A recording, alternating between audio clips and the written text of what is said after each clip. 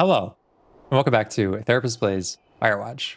All right, we're on our second day in the journey through the valley here, and I'm just noticing on the title screen, I didn't notice this before, but there's like a red flag outside of presumably Delilah's tower. Don't know if that has any significance, but I did notice it. So I'll just keep that in mind. But I can imagine that Henry's mind is probably full of questions, especially as he awakes on this second day and something concerning has happened. Someone broke into our tower here. I would imagine he's thinking things like, what am I really doing out here? Why am I allowing myself to get close to this person, Delilah? And is it okay for me to get close to her? It seems like he's enjoying their interactions, and that's probably something he's been missing a lot since Julia's condition progressed. It seemed like they had a very fun relationship. And that's the strange thing about grief, is it can cause good feelings and good experiences to feel shameful and to bring up feelings of guilt. Is getting close to Delilah moving away from Julia? And am I okay with that?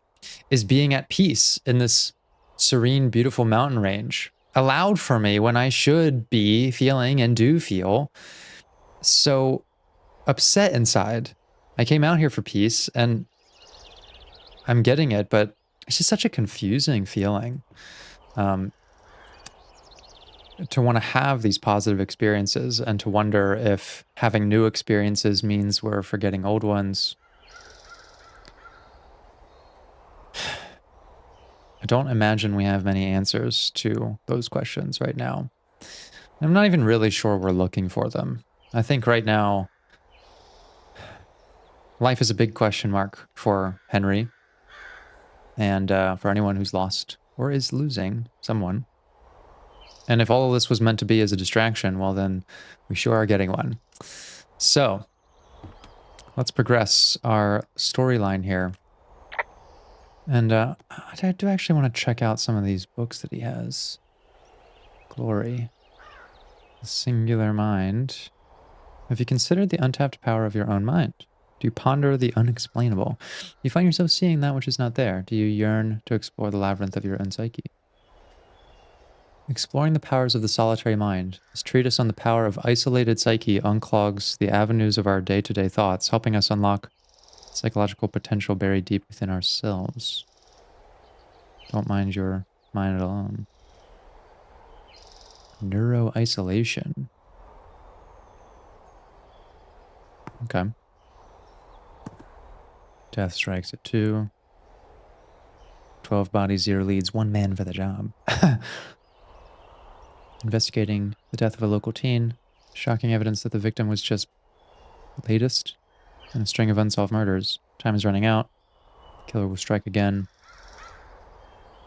So time is running out. Patriots. Begins and ends in deep red Russia, where they sent him to spy. And learned that he wasn't the patriot they had hoped. Ray struggles to fade into obscurity, that is until a janitor named Claudel Williams reveals that he too was there the night in Stalingrad. And the truth is made clear. Can 2 men ever return to civilian life in possession of information that will destroy both themselves and a presidency?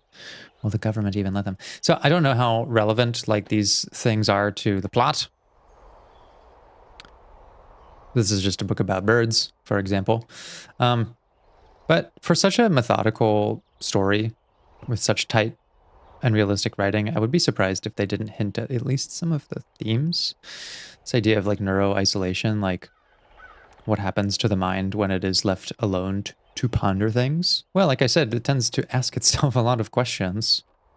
There's a hint of like time running out and people not being who they seem. I guess we'll find out if any of that is relevant. Now, I would be remiss to leave without my trusty pinecone. So I shan't leave without it. Ooh, and I did say that I wanted to play this next with my earphones in because I just realized, like, stepping outside caused the atmosphere of the wind to change And I just think that's a really cool detail, so I want to get fully immersed. Okay. So our place was damaged, and we're meant to survey the communication lines north of the canyon. So we're heading presumably up through those pathways, which will mean we're going kind of north. Let's check in on Delilah first. You wake up pretty early then, huh? As soon as the sun comes up. Forest Service really frowns on us putting up curtains for some reason. Can you see the communication wires from where you are? I can see the poles, but I have no idea if the wire's in good shape or not. They run a good distance up to a spot called Beartooth Point. You just need to walk along them all the way up there and make sure everything's in ship shape. Okay, that's simple enough. We just have to walk and look at things. I could see this whole experience being, well, positive in a sense, in that it's probably better than sitting around wherever we were before, surrounded by the life that we had with Julia that she's no longer in with us. But like I said, I also think that this this nature has a natural way of putting us in a contemplative mood. And some of the contemplations I can imagine may not put us in the best headspace. Whenever I do counseling with people who are dealing with grief, one of the primary ways people cope with it is to distract themselves with work or activities or anything that they can try to assign meaning to. And I think that being out here and having these tasks to do is probably working in that area for Henry. But everyone, regardless of whether you're going through what he's going through, or something similar, has a pocket of their mind that is kind of reserved for what could have been. We all hold some version of those thoughts in our mind, and we ask ourselves many what ifs to explore that dimension, and that can be a pretty lonely place to stay there for so long. That's probably why we've been so willing to talk to Delilah in the first place, especially about things that are more personal. Oh, it's actually pretty damn cold out here. Roger that. Warms up fast. The mornings are cold in Boulder though, right? Yeah, they are. What did you get up to down there? I mean, what's life like? Ooh. Should we talk about... No, let's talk about Bucket. I don't know. I used to just spend a lot of time with our dog, Bucket. Aw, that's a good name. He was a good dog. What type? A beagle. We got him from the pound. That's great. Hey, can you hold on a sec? Sure. Just gonna keep hiking and hoping it warms up. Heyo. I don't think so. Why, have you? Okay, good. Can I... No, I don't think he has any idea. Oh wait, she's not talking to me. Absolutely sure. Would you? All right, I'll let you know if anything changes in that regard. Who's she talking to? Hey, sorry about that. Anyway, Bucket's a cute name. You owned him with someone?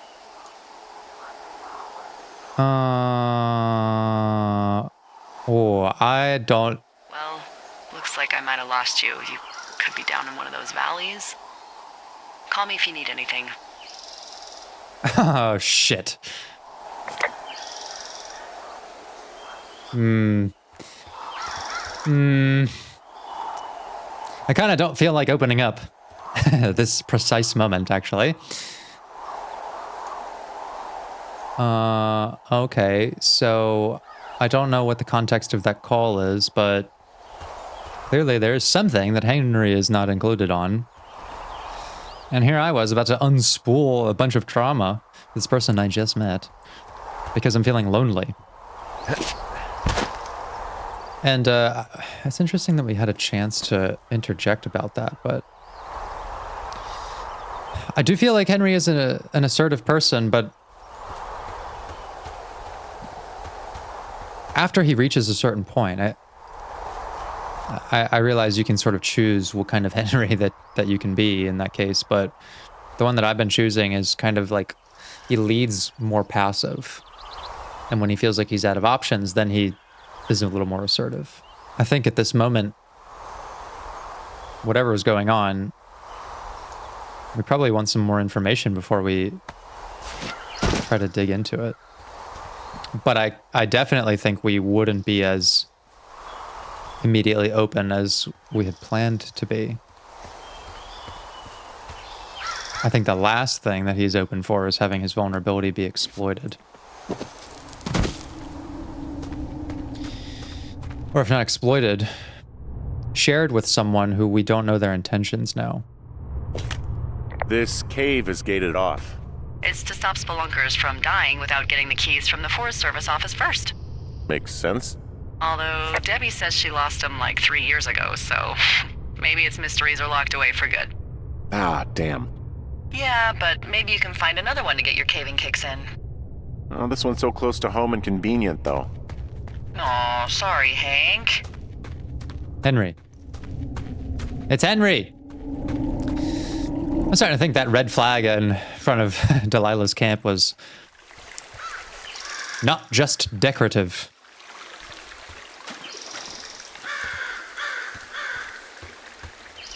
Okay, are we going the right way here? Let's check the map.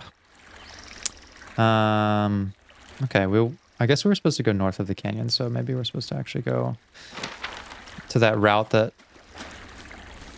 I wasn't supposed to go to the first time, which is up here.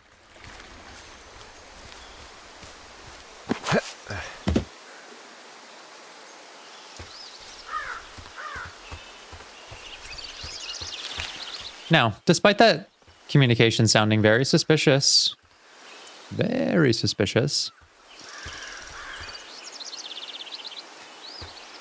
I don't know. It's not immediately tripping like malicious intention for me. I could see a world where Delilah is caught up in something and we are some sort of pawn for it. Although I don't know what kind of grand schemes are supposed to take place out here in the Forest Reserve. But if we're caught up in something and Delilah knows about it, it's possible that the closer we get to her, the less likely she is to exploit us. Because, I don't know, there's a potential for a real connection there.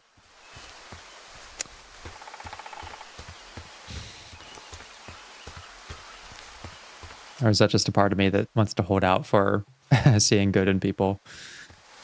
I don't know. She could be an antagonist.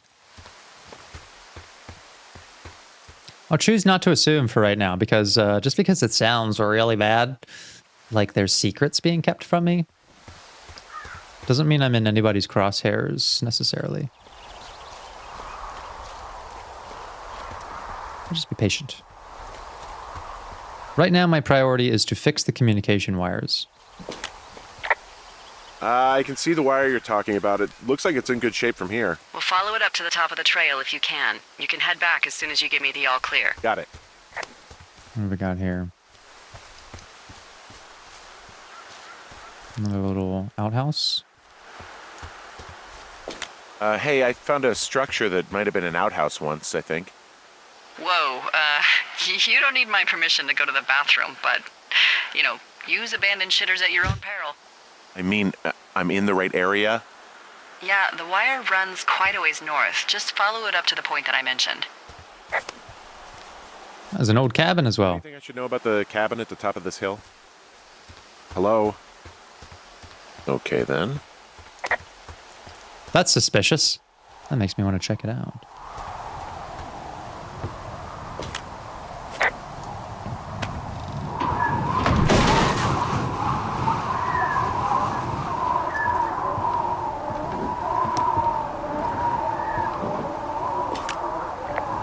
Oh, okay. So Delilah doesn't want to comment on any of this.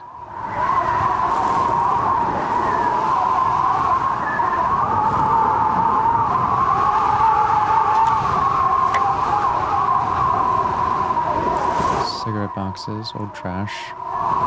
fire tinder. Anything down here?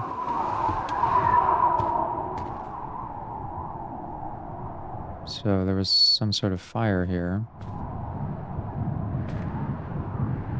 And this looks like very similar to our lookout point. So something happened here. I mean, there's a bunch of cigarette boxes. It's possible that someone was just smoking in bed. That's a pretty bad fire hazard right there.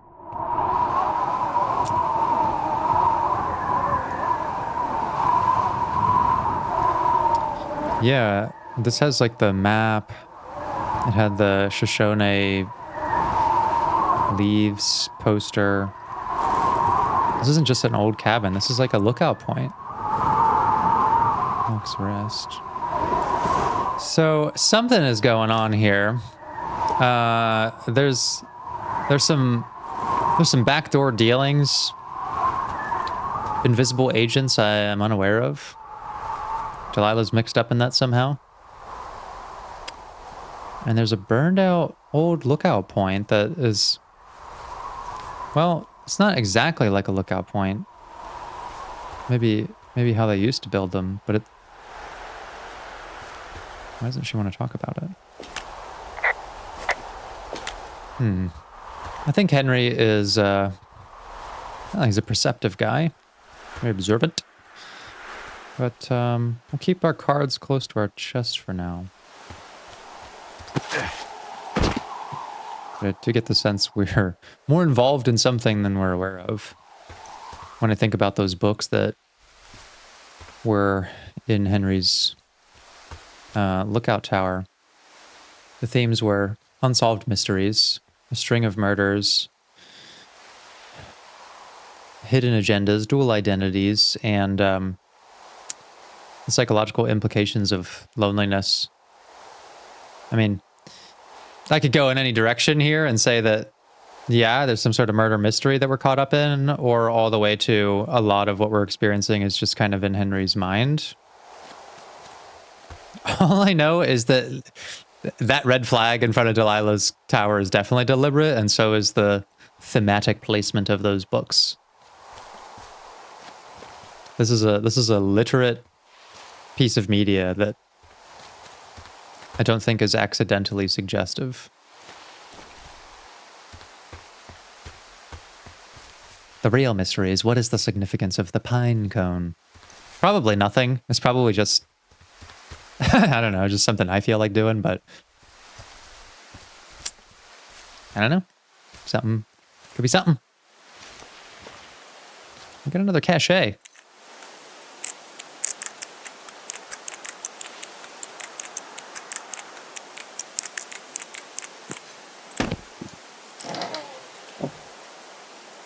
I mean, it's pretty irresponsible to make the password to all these fucking things 1, 2, 3, 4. Is that just like a quirky game design thing to make it uniform, or is that story relevant? Because if it's story relevant, I'd find that highly suspicious. I get a note. Dave, heyo. Oh, well, let's read it here. Heyo, I got your note about needing to talk, and sorry I didn't track you down. Been looking for you all day. Figured you'd be out near the canyon helping those grad students, but I guess not. I don't even know how I could really help. Anyway, we're coworkers, you know? Amigos profesionales. If you need someone to throw a case back with and go time traveling, Ron's your guy. But I'm not great with the life stuff. You get it. Later. Ron. Okay. Dave.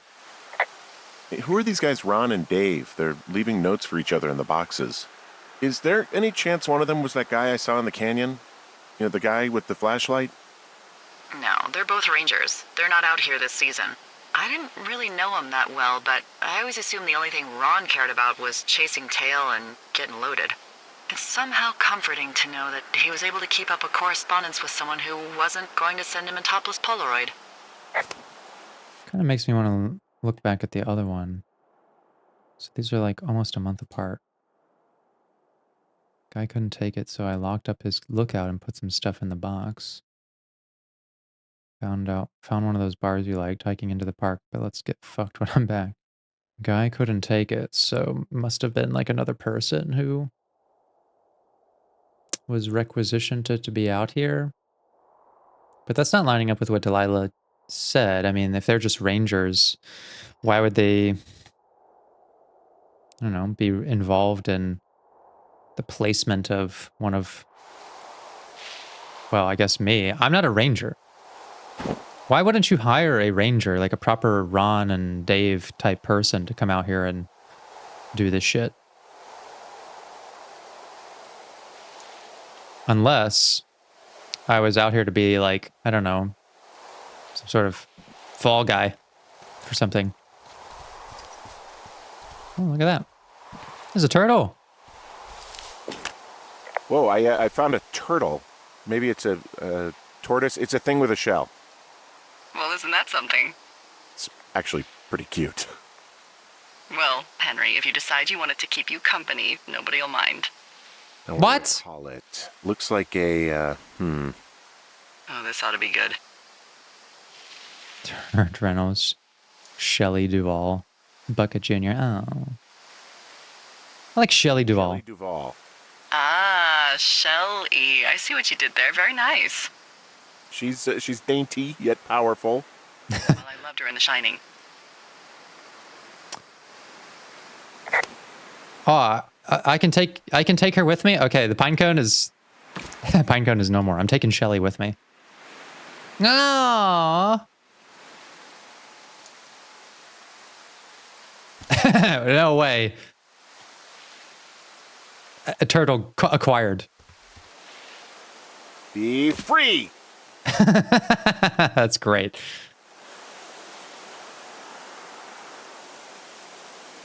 Oh, wait, I have to hold B to adopt. What? Where did she go? Is she part of my inventory now? Oh, I guess I get to keep both. This is the best day ever. I get the turtle and the pine cone. Okay, anyways, what was I doing out here? Oh yeah, there's some sort of mystery. I'm being distracted by cute animals and intrigue.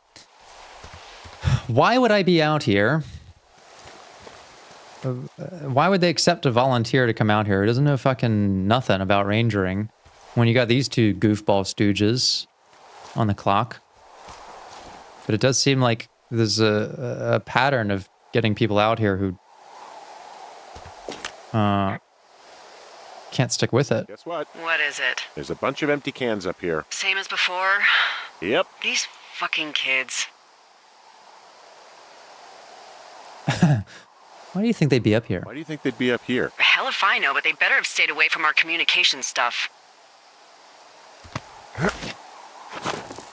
Teenagers, huh? Man, my brain is searching for the pieces to put all of this together, but I just don't have them yet. So, one of the things that I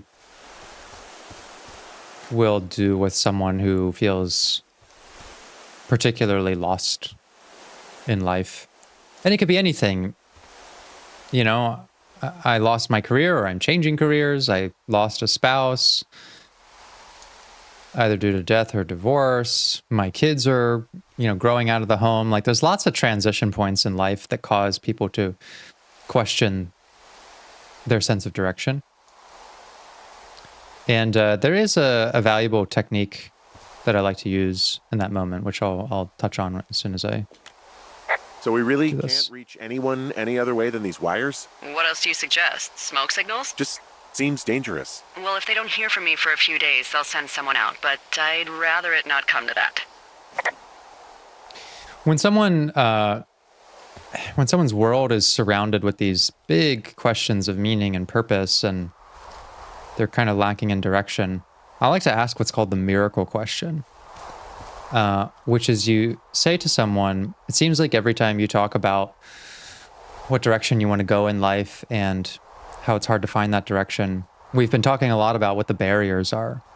You know, the barrier to my happiness is I'm not with my spouse anymore. The barrier to my sense of peace is I'm suffocated with thoughts of the past or anxieties of the future, whatever it is. I would say to this person, I'd like you to imagine what it would be like to go to sleep, and then tomorrow, when you wake up, a miracle has happened. And all of the things that have been barriers in your life recently are gone. Everything that you've been struggling with and everything you're uncertain about how it's going to resolve, what would your life look like? And this is a really powerful question because we don't really think in these terms often. Like, it would feel even a little bit delusional to sit there and be like, what if my life was just like perfect right now? And forgetting all my problems. But that's not the goal of the exercise. And the idea is just, what if the barriers you have in your life right now were removed? What would you do, or what would life look like? That's not to say that, the miracle question can say, oh, well, my wife Julia would be back in my life and she'd have all her memories and all of this stuff. It's not about fantasizing about things that cannot be necessarily. It's just about imagining life without the barriers that we currently have and still keeping things practical. And what this tends to do for people is it allows them to think really clearly about what the core of their values are at this moment. Because normally when you ask people like, how would you improve a certain thing in your life, they continue to include certain restrictions, which does not reveal true values. Like if you were to ask me, what would you do with like some extra time in the day or extra time in the week? I would probably say something like, oh, I would sleep more so that I'm more prepared for work. But if you ask me the miracle question, like what if the barriers were moved around? I would say, well, then I wouldn't be working. Like ask me to improve a part of my life and I'm likely to still include things that I would still rather change. Jumping forward to what if all these barriers were removed gives this person this instant like, okay, that's actually at the core of what my life is telling me right now. Work feels like a barrier to happiness or freedom or time for other things for a lot of people. Or if I love what I do, I might say like, oh, well, I would move the barriers of these other obligations so that I had the time to work without it feeling like a compromise to these other things. So it taps into the root of a value center almost immediately. And then we can ask, okay, well, you're already working on reducing some of those barriers and it's still possible to move them around. But is there any way that we can live closer to what's at the core of that value in the meantime while we actually work on the barriers? And so what do I think Henry would say at that question, knowing that it can't be answered with getting time back that we've already passed? We can't restore Julia's memories or bring back our relationship. I actually think that like coming out here was probably his attempt to look for that value center. Like, let me remove all the barriers and distractions of my life in Boulder, the shaky family dynamics with like Julia's parents, wanting to take care of her instead of us. I think that coming out here was his way of saying like, all right, I'm going to go somewhere where there are none of the current obstacles in my life and see what happens. What does my brain do? What does my heart tell me? What's really at the center of my life that I'm looking for here? Is it connection? It may feel like connection because I just lost my deepest connection. Is it peace? Well, that might be off the table if things keep going south. Is it acceptance? Am I just trying to live out the rest of my life and learning to accept things I can't change? It's probably part of what the point of coming out here was for him. Hey, so the wire is definitely down out here. I just found it. That's actually good to hear. I can send someone out to fix it. Good find. Yeah, the thing is, it doesn't look like the wind. It looks like it was cut deliberately. I knew it the moment you said you found their trash. These idiots are gonna pay. Do they realize this is how people die? I mean, what if something happened to one of my lookouts while this was going on? And God forbid there's an actual fire burning out of control. What do you want to do? I want you to go find them. And then what? I haven't thought that far ahead. That's not true. Everything that comes to mind is illegal. Let's hear it. Oh yeah? Hey, I came out here for a breath of fresh air and some adventure. What do you got? I think I want you to just find them and scare the hell out of them. Yeah, I'd make a spooky ghost costume, but they stole my sheets. I don't know. Wait for them to wander off and wreck their camp. Something that would make a teenage girl run home to mommy and daddy. I'll find them. Thanks. But I am gonna need a raise. Don't hold your breath. I'd start by hiking back towards your tower and just keep an eye out for anything that would lead you to them. Well, they're big into Red Eagle. Great. See if you can find the path they took down from there. Maybe they looped back around towards the lake or something. I doubt they're where they were yesterday, but they obviously can't have gone far. I don't fucking buy it even for a second. It looks like another pair of undergarments. Go to hell, I guess, to the Rangers, but like, it just seems too convenient. Like, I know teenagers are dumb, but really? Would they go to these lengths? I don't know. Maybe it's just that I'm paranoid now that I... What does that say about me, or I guess Henry too? That like one little aberration in our communication with Delilah, and I'm like... and also a little glance at the back of a book, and I'm like, actually, it's all a conspiracy. There could be fucking nothing going on for all I know. It could just be like rambunctious teens fucking around out in the woods, which teenagers are known to do.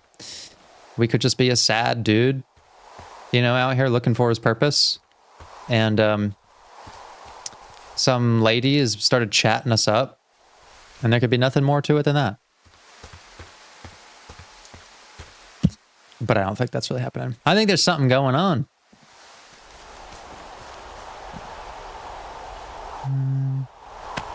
And this isn't exactly the way we came, but I am kind of following some beer cans.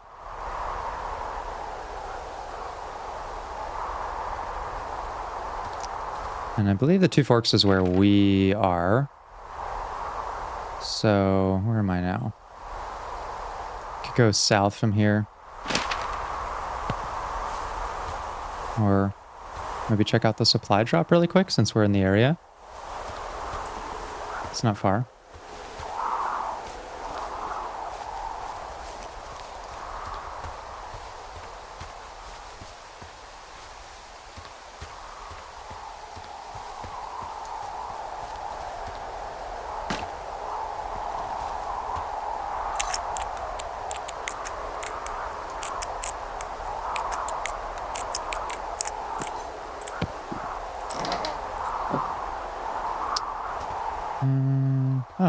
There's nothing there.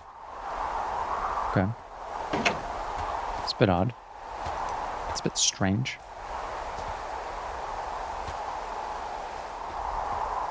Oh shit, I did it again. Where is my pine cone? I gotta stop putting that thing down on uneven grounds. Ah, there it is. How the hell did it get over there? Anyways.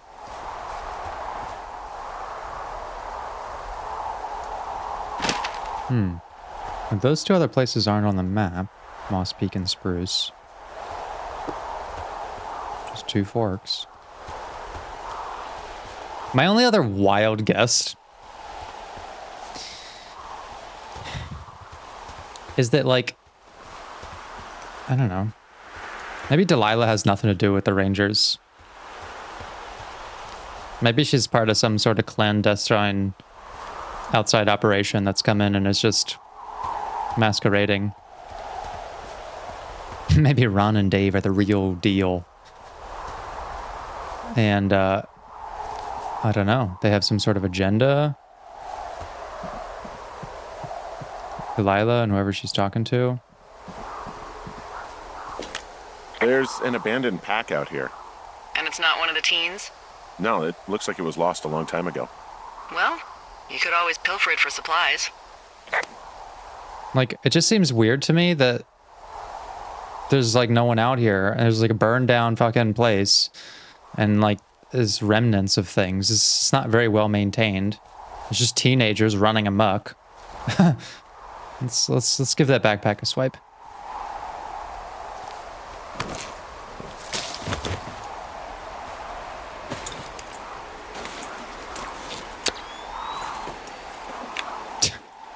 Okay, we got a camera and some rope. Well, I am flush with ropes now. That pack was full of them, in decent condition, too. That's lucky. I mean, there's enough rope here that I could just leave them hooked up, I think. Oh, get this. This pack came with one of those cardboard single-use cameras. With pictures left? Yeah, he only used 3 or 4. Neato. Thank you, Brian Goodwin. Brian Goodwin. Wait, who? The bag had the name Brian Goodwin sewn into the top. Huh. Wow. Do you know him? Yeah, I just haven't heard that name in a few years. I've got 18 pictures that I can take. Let's get a nice wide of the pine cone there. Brian Goodwin. He was stationed in Two Forks, your lookout, with his dad Ned 3 summers ago. Great kid. You can bring children out here? No. You know, I'm not a stickler for rules. They took off halfway through the summer. Why? Why? Where did they go? I don't know. I never really hit it off with old Ned, and, one day they were just gone.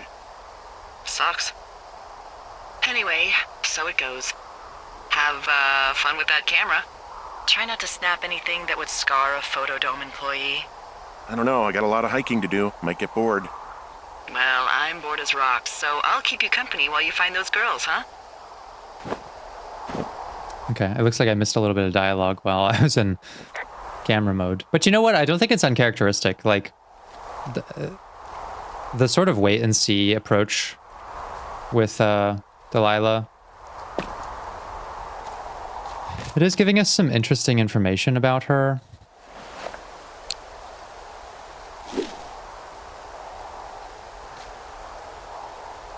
Like, she strikes me as someone who does like to be in control. Game recognizes game in this sense.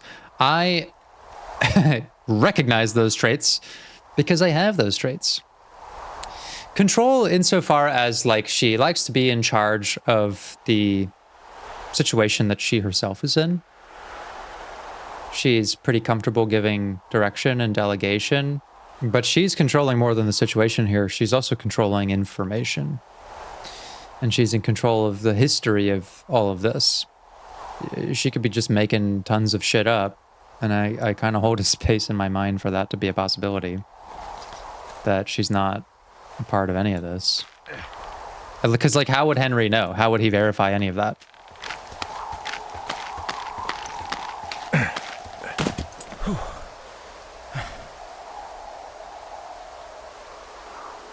Like, fucking Brian Goodwin or whatever could be literally anybody, and all she has to do is say, oh yeah, he was a guy who was out here once.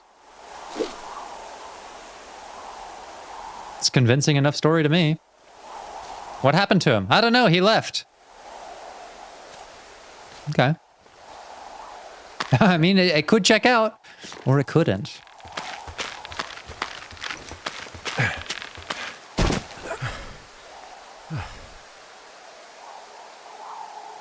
Oh, got some smoke. I see a really thin plume of smoke. Yeah, I see it too. A thin plume like this is either a new fire or a campfire. Campfire. You think it's them? I reckon so. It looks like it's to the southwest of me. That's right. If you hike towards 5 Mile Creek, that should put you in the neighborhood. Keep an eye on that smoke plume. Let me know if it's getting any larger.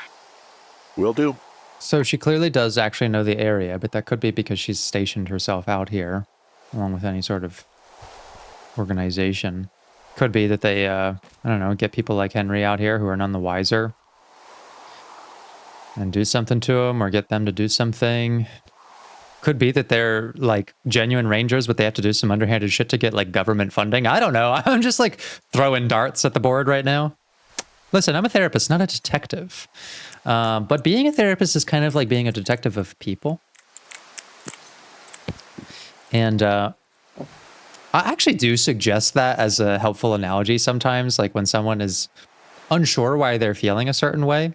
It's kind of similar to the miracle question in that, like, we're trying to rearrange our thoughts in a way that removes barriers and that we can see more clearly what's at the core of things. And When someone's like, yeah, I'm feeling upset and I don't know why, or I'm feeling lost and I don't know why, I will encourage the mindset of like, be a detective to your emotions.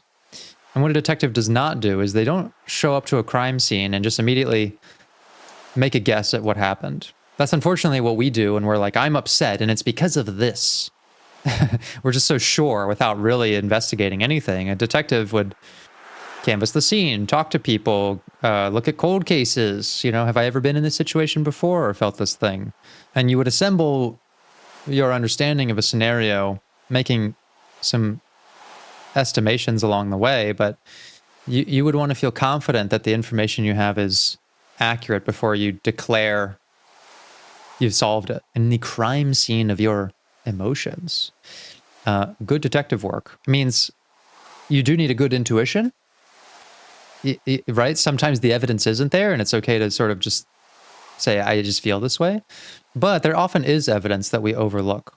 And I often find that I think the reason I'm feeling a certain way is this, and it may be a piece of that, but it's also many other things. And what Henry is likely feeling is lost, confused, a bit suspicious at this point. Maybe even a little angry at the world, his circumstance, but also maybe like Delilah for, I don't know, withholding certain things from him. And we don't entirely know the circumstances. We don't know if she's a suspicious character or not. And we don't know if that's 100% why we're feeling the way we're feeling. So I'm gonna try to be a good detective as well. And gather a little more information before I'm gonna make some guesses along the way. Some wild guesses of what I think is going on. But I will not claim the situation solved. Someone found a fossil and put it in a cash box. Could be the same person who left that antler. And maybe they're leaving me an entire creature, piece by piece. There's a little criminal in my space right now. I always know that when something's been knocked over or torn apart, I don't have to do much detective work to figure out who did it. There's only two possible culprits, this cat and the other one. Got another note here. Dave, guess who's going out with Debbie next week? No, not that shitheel Steve. It's your man, Ron. I went to check out the new guy at Two Forks and heard him talking to himself. More than usual for hellos. So I figured I'd stay away. Remember when you saw Chimney Rock having himself in that hammock? I'm starting to think the Forest Service only picks the deranged and perverted. Except for us, of course. We're the creme de la creme. Let's toast to Deb at the spot. 1986. So I think I remember that this story takes place in like 1988 or 1989. So that was 3 years ago. And god damn it, I've lost my pine cone again. Oh, no I didn't. There I go, being a bad detective. It was right there. Easy crime to solve. Yeah, I think as we're going through those like early memories, it was like the late 80s. So Ron and Dave's escapades were not that long ago, really. Only 3 or 4 years. Hey, Delilah? What do you got? You found him? No, not yet. Why would there be a fence out here? Because sometimes hikers go ass over tea kettle when on a trail. So the Forest Service would put up a big chain link fence? A chain link fence? Yeah. It looks like it surrounds a huge area. Huh. That's weird. Could those girls be behind this fence? No, probably not. Who are they keeping out of here? And why? Geez, I don't know. Maybe it's biologists, you know? Well, they don't want people traipsing on their precious lichens. What's a lichen? What's a lichen? Wouldn't you liken to know? Oh my god, goodbye. I'll ask next time I talk to someone, but that'll probably be a few days. I don't think she knows. I don't think she knows and I find that Do you strange. think those girls could be behind this fence? Well, having once been an ornery young woman, the last thing I would do is climb a fence. Especially if I knew I was in trouble. Yeah, I don't even know how I would get in. It's really strange that that's out there, by the way. Yeah, it's weird. Super weird. Not exactly filling the puzzle that everything is as it seems. I think it's strange that Delilah would not know about the fence. I mean, that's a whole fucking operation out here, and she can like almost see this place from where she is. She either knows what's going on and isn't being truthful, or she doesn't know because she's not a ranger. Red flag Delilah. So, did you break any hearts back in Colorado when you took this job? I myself have chosen to never get attached to anyone who would miss me, but I know I'm a bit of an outlier. I don't mean that the way it sounds. I mean, I care about people, and I like companionship as much as the next person. But why does it have to come from the same person for your whole life? My Aunt Kathy was married to the same guy for 4 decades, and when he died, she found out he'd been having an affair with a real estate broker for 15 years.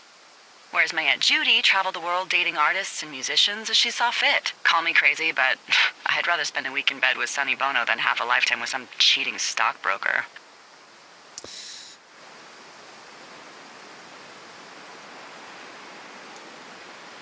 I'm actually married.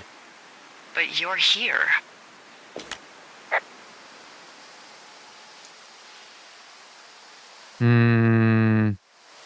It's not really your business.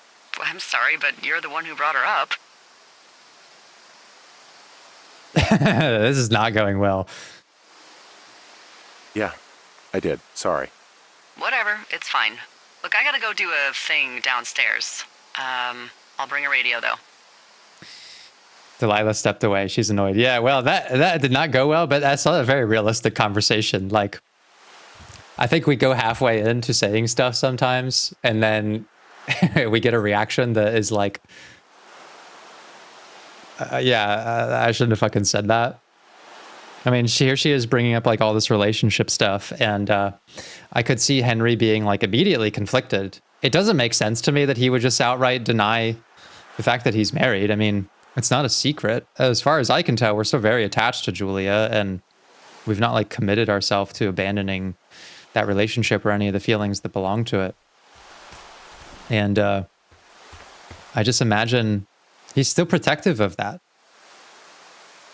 Yeah, the kind of relationship we have is different, maybe even over, in a sense, but like we are still married, and she still fills an important role in our life.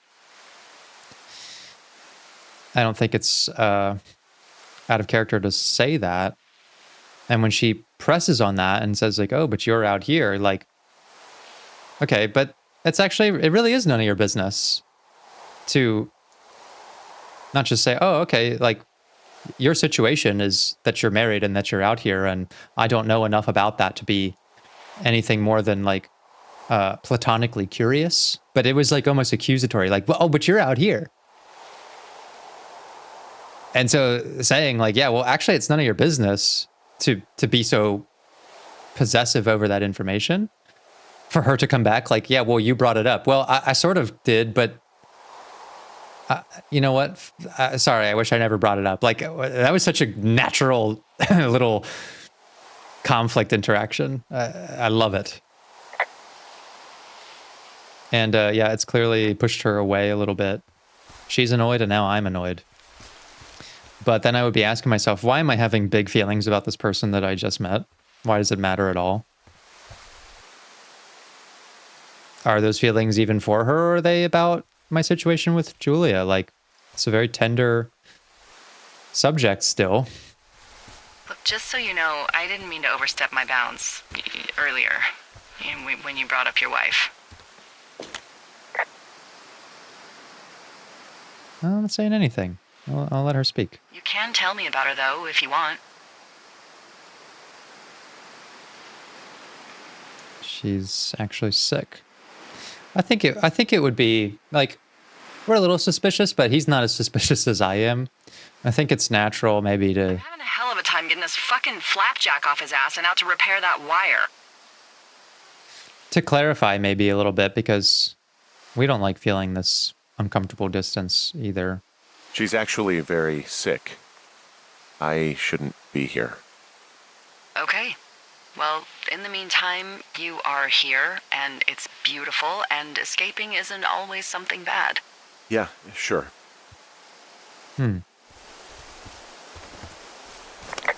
mean, she did her best to receive that information and not dismiss it. And it was nice that she apologized. It's like I said, there may be something going on with her. She may be a red flag. But she may genuinely, I don't know, have a soft spot for us. She seems lonely too. Like, she's incredibly chatty, personable.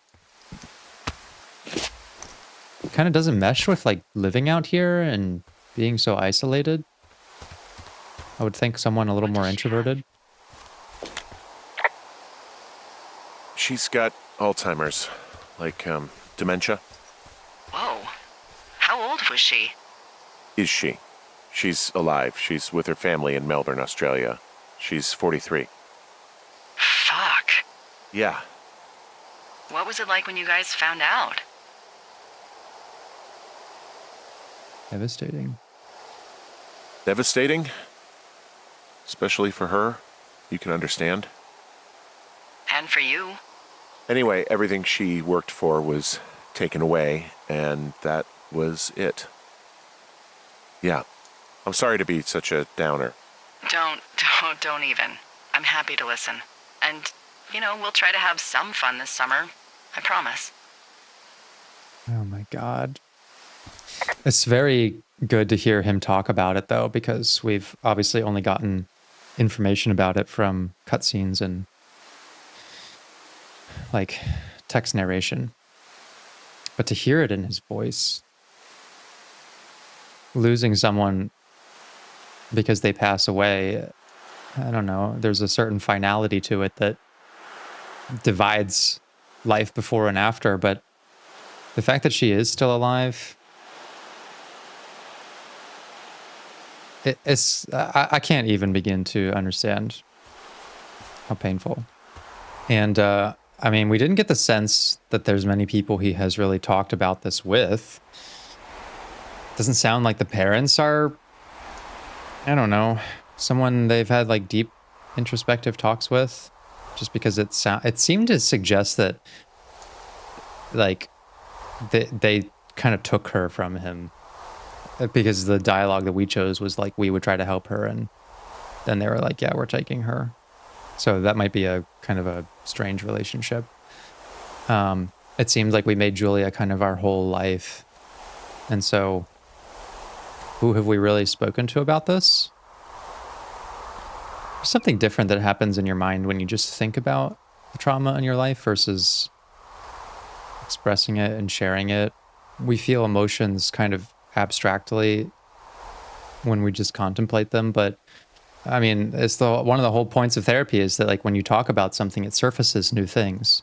And there's things that if people just think about them, doesn't make them cry at all. But as soon as they start talking about it, start to well up. And part of the healing effects of therapy is to hold a specific space for those emotions, to allow us to kind of go through them and process them without it being a back and forth. I mean, I have done therapy with many Henrys. Not necessarily the exact scenario, but tough people, really tough, hardened guys who have been through really serious stuff. And I mean, I do consider it a privilege of my life experience that I've seen and been able to be a part of someone's healing journey by like just being there to help them talk about it and go through those emotions in a safe, non-judgmental way. It's not always the case that I'm going to have some like expert commentary to provide. Sometimes it's really just about, this is an opportunity to process things that you don't get elsewhere. When you talk with friends, there's mutual sharing of stories. When you talk to someone like Delilah, there's information gathering questions, and she's doing her best to console, but she's saying things like, wow, that's fucked up. Like, it's just a different kind of dialogue therapeutically, and that can be such an empowering thing. Just to, I finally talked about the trauma I experienced, wasn't judged for it, wasn't dismissed for it, didn't feel any shame about it. And sometimes the very best sessions are times where I don't really like do much of anything but be a good person. There's many sessions where I'm providing lots of like psychological context and skill development and these sorts of things, but plenty where I'm just being a good listener. And I think that's actually all the better, because like if there's any healing effect in talking about the problem, the person feels it completely from themselves. It's not always going to be like my insight that causes that, but something they go through entirely on their own, which can be very empowering. Met in a bar. The birthplace of modern romance. I stumbled over and told her she was pretty, and that was it. Aw, you were brave. I was drunk. I'm down in Thunder Canyon. I'm not seeing that smoke anymore. Oh, it's still burning away. Try heading west from where you are. If you loop past the lake, there should be a trail that'll take you further south. Thanks, that helps. So all that is to say, I think there's probably some value in Henry beginning to talk about this experience. Might be the first time he's really opened up about it, and we don't know who Delilah is really yet, but maybe that's actually a benefit. I've had a lot of people tell me, like, one of the reasons I feel comfortable talking to you is because you're a complete stranger. And that can be very freeing in a sense.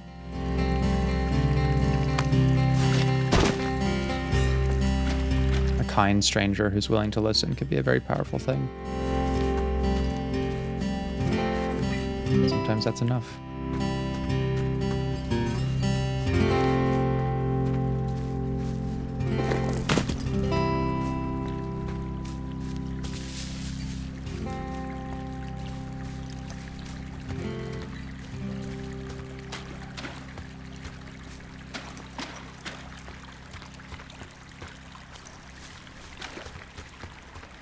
Getting closer to the smoke.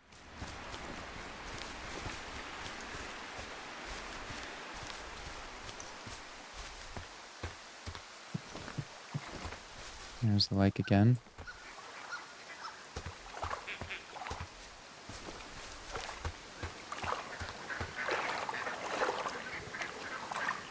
I'm hearing some duckies.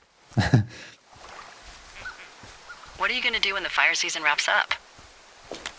Are you gonna go be with her? Just go back to Boulder? You should go be with her. That's my opinion. Sorry for the umpteenth time. Anyway, call me when you find the girls. Or anything. Or call me whenever you want.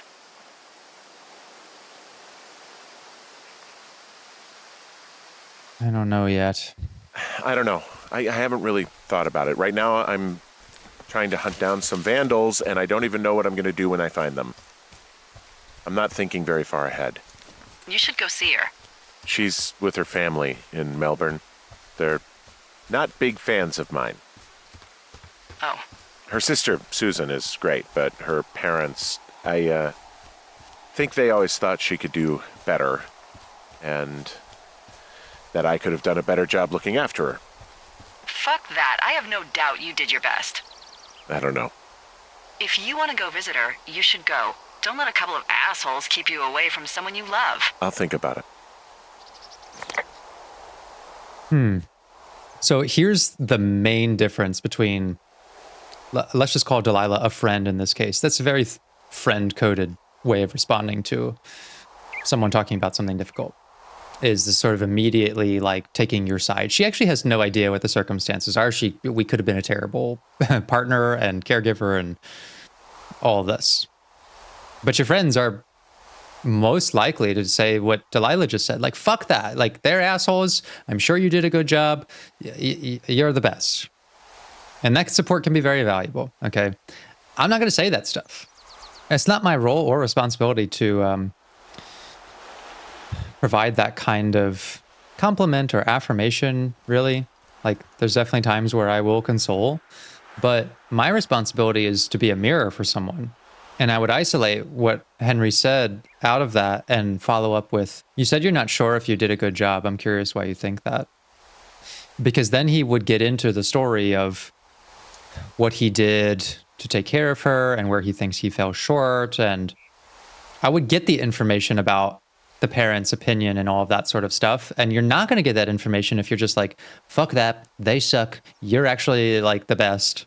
Henry might say, you know, thank you for the kind words, but it's not going to push him into introspection when really there's an opportunity for that, because clearly he does second guess how good of a caregiver he was. If you immediately take his side and say, you know, the parents are wrong, it's not opening up the dialogue for him to investigate, like a detective, why he's feeling he may have fallen short. And so good friends can be good listeners, but we listen for very different things in therapy. Good friends are listening for ways to make someone feel better. And I'm listening more for like core beliefs and statements that come out of moments like that, that are kind of self-limiting narratives. Like, maybe I didn't do a good job. Maybe I wasn't really a good partner or whatever. Like, I'm curious to neutrally explore that territory rather than immediately trying to supply positive affirmation. I think that can sort of muddy the therapeutic insight. If I was just, you know, someone's best friend instead of their therapist, and I was like, you know, you fucking got this, man. You're the shit. Like, there are definitely times where I tell people, like, yeah, you got this. And it's a different moment to kind of motivate someone, but that was not the moment therapeutically to do it. Not that Delilah is his therapist, but yeah, just an interesting difference in what I heard from that, from what she responded to. And why you get a different thing for someone like Henry, who, yeah, Delilah's probably not really the person to explore this with, because we don't know her motives, and she's more invested in us, like, feeling good about her and our relationship than helping Henry sort out his feelings. She did say some nice things, like, I think you should visit her.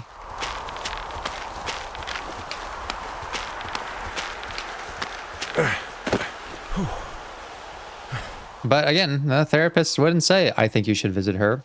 I would ask something instead, like, how do you think you would feel if you visited her? I want to put them in that scenario with curiosity for the feelings, rather than like, you should go visit her, and have them think about it from a declarative sense.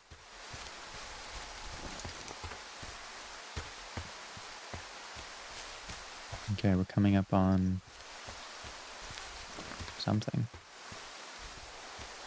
Oh, another cachet!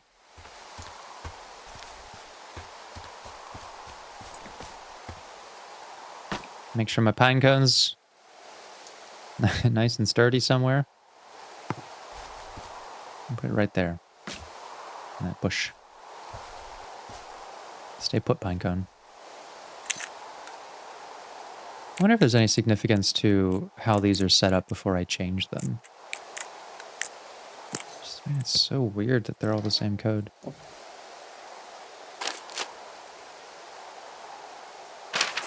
Okay, we've updated the map.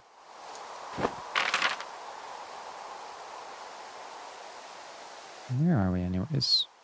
Well, we're all the way down here. Okay. Missing person. Mitch Michaels. Age 31.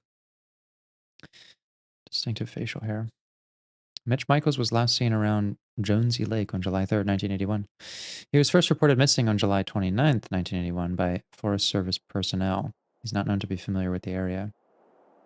Last seen on Jonesy Lake, blue and white Montana, blue and white Ford F-250. If you've seen him, please contact Shoshone National Forest's dispatch.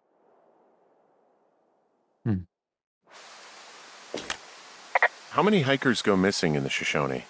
More than none, unfortunately, with most of them being in this area. The thoroughfare because it's so remote. Why? I found an old flyer for a missing hiker. It just got me thinking, that's all. Like how you said one day you were talking to the Goodwins and then the next you weren't. Ned Goodwin didn't get mauled by a bear or stuck in a ravine. He was just a PTSD'd a-hole who dragged his son out to do a job and realized it was a bad idea. You really didn't like that guy, huh? You really didn't like that guy, did you? I don't know. I just had a hard time talking to him. I mean, there are lookouts who seriously won't shut up, who call me about every little thing that pops into their head.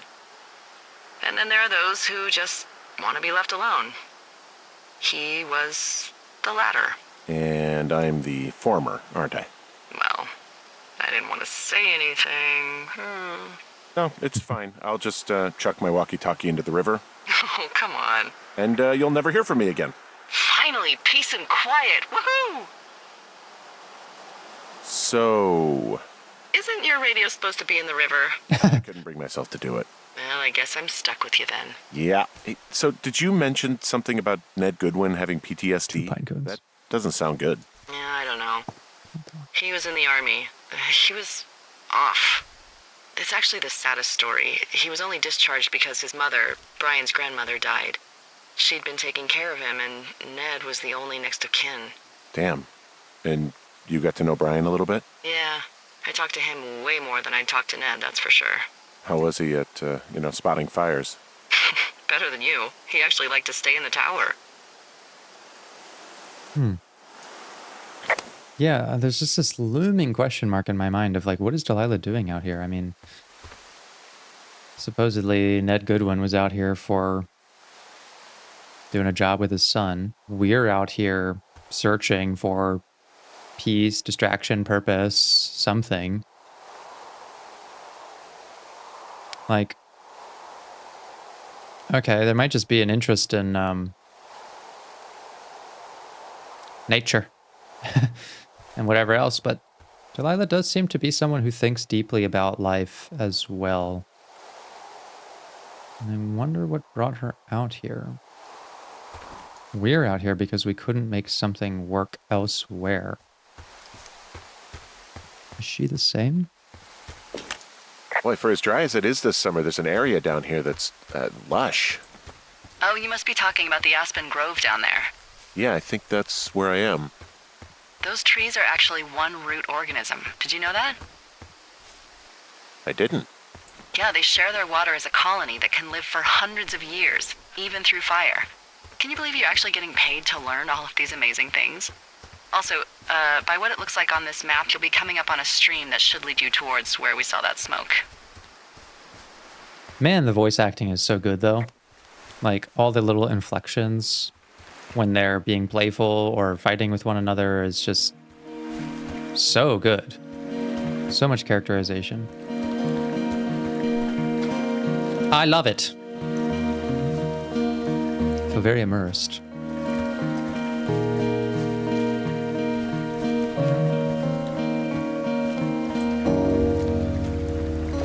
It's a really nice waterfall down here. Given those girls love a skinny dipping, I bet they're nearby. What is this? There's some cloth out here. It looks like it was torn from something. Strange. I'll keep looking around. I see a campsite, and it looks like they've got a fire. Is it them? It seems like it. I swear, they must have dragged 4 cases of beer out here. Track them down, and don't let them see you. What a job this is. Teen Zone. I have entered the teen zone. Oh, really? And where's that? It's the name of a magazine for girls. It's on the ground here at their camp. Pants. They're back. Pants are in. Makeup to make out. Top hunks. Ranked and rated. Well, I found some dangerous hunks. What? Nice. On earth are you? It's another one of those magazines. Tame your hunk. I don't get why the hunks have to be so dangerous. Well, you're clearly not a young woman. Girls should want nice hunks. Ugh, boring.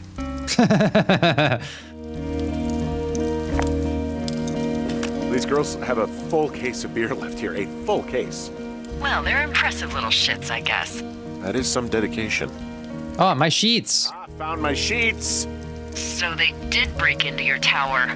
Looks like.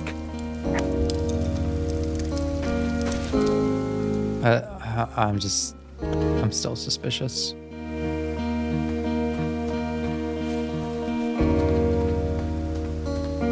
Their tent looks like it's been through the shredder, which would explain that scrap I found. What could have done that? Like a bear or I don't know, it sounds crazy, but even a bull elk if it's off its rocker. Whatever did it, did not hold back.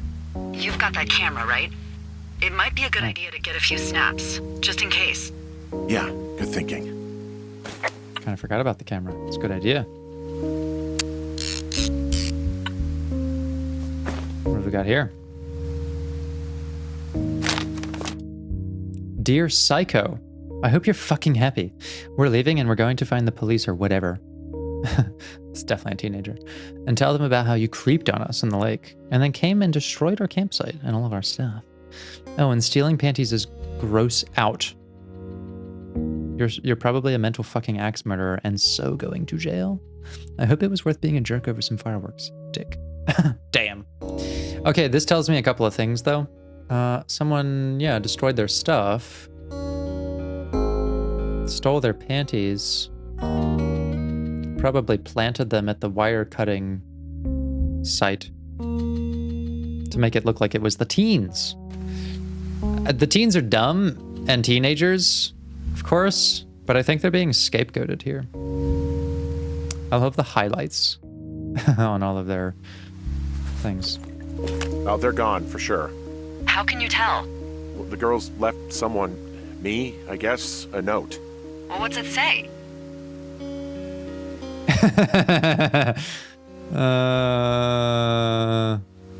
Yeah. Threatening to call the police because they think I attacked them. Oh my god, well, did you?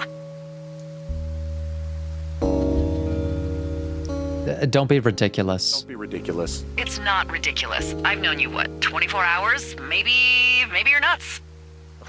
God, look, I just came out here to sit in a tower, all right? Not get into some mess with a bunch of co-eds. It's fine. They're gone? Yeah, they're gone. But you should see this place. It's weird. Weird stuff happens in the woods. It could be other campers. They could be having a bad mushroom trip. We really don't know, but they're gone. There's no way to call the cops. They're not coming back, and we can get to work. I'd really like to start enjoying a quiet summer. Yeah, me too. It's not adding up. It's not adding up for me. We were too quick to move past that.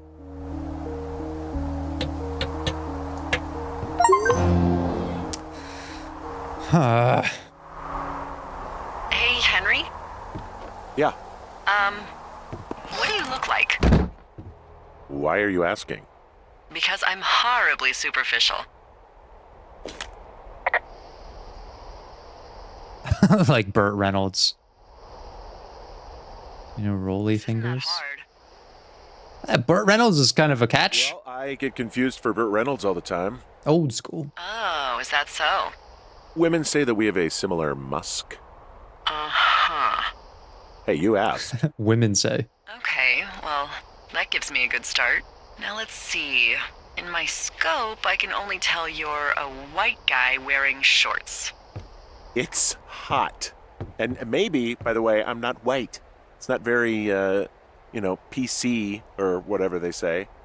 Oh my god, you are the whitest man. Wow. I don't need a spotting scope for that. And if not shorts, then what do you normally like to wear?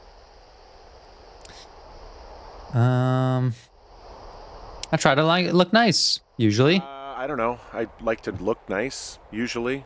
Well, I try now, I guess. Had a bit of a schlubby period, did we? Yeah, a good 25, 30 years, yeah. But now you'll put on a clean shirt? Yeah, well, I have one that I got for Christmas, actually. Just, it's navy with white buttons, but I like it. I don't wear it that much, though. Well, it sounds just perfect. Now tell me about your face. I'm looking at you across the bar. What do I see? I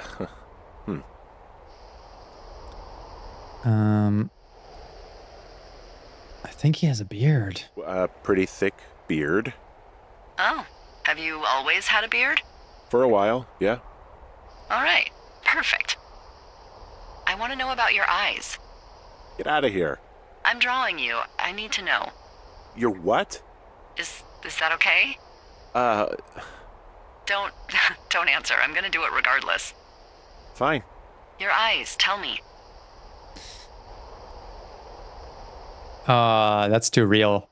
Let's just be playful. Steely. They're steely. A cold, hard stare. Like a Siberian husky. Sure. Okay, got it. Thank you, Henry. You get what you need? Absolutely. Okay, well. Interesting developments in their relationship. I was looking around a little bit because I was worried that my pine cone was gone, but it's actually right there. Make sure I put that in the sink where I can find it later. And yeah, it looks like we're repairing our station here. Yeah, I just don't buy it. I don't buy that the whole fucking thing right there was as it seemed.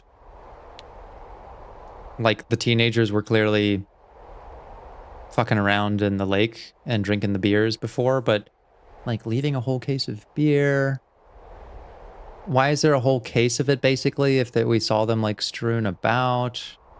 Why was it torn up? You know, if I really wanted to convince someone that teenagers were involved in something, I would say, what do teenagers like? And I'd get some teen magazines, Teen Zone and Hunk stuff, and I'd just sort of put it around. I think the teenagers got framed. That's what I think. That's what Detective Brady thinks.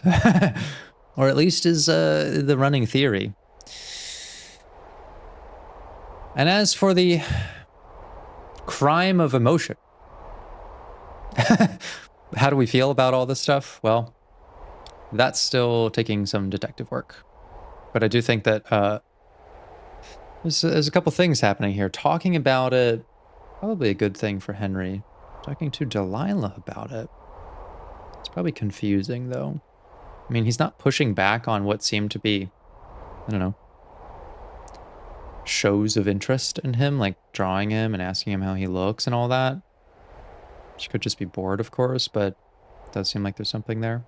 But without seeing him and just knowing his story and that he's out here and he's vulnerable, I mean, it's kind of like he's a little wounded bird that Delilah seems to enjoy consoling. Maybe that's part of her attraction to him. Thinks she can fix him, maybe. I don't know yet. I don't know.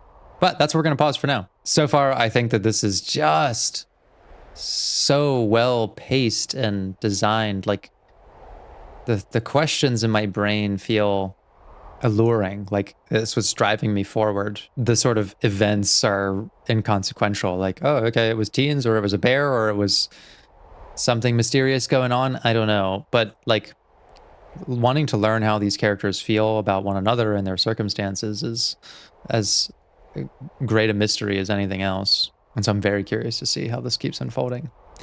For now, though, that's where we'll pause. Thank you for watching, everybody. Remember to be good to yourselves, and I'll see you again next time.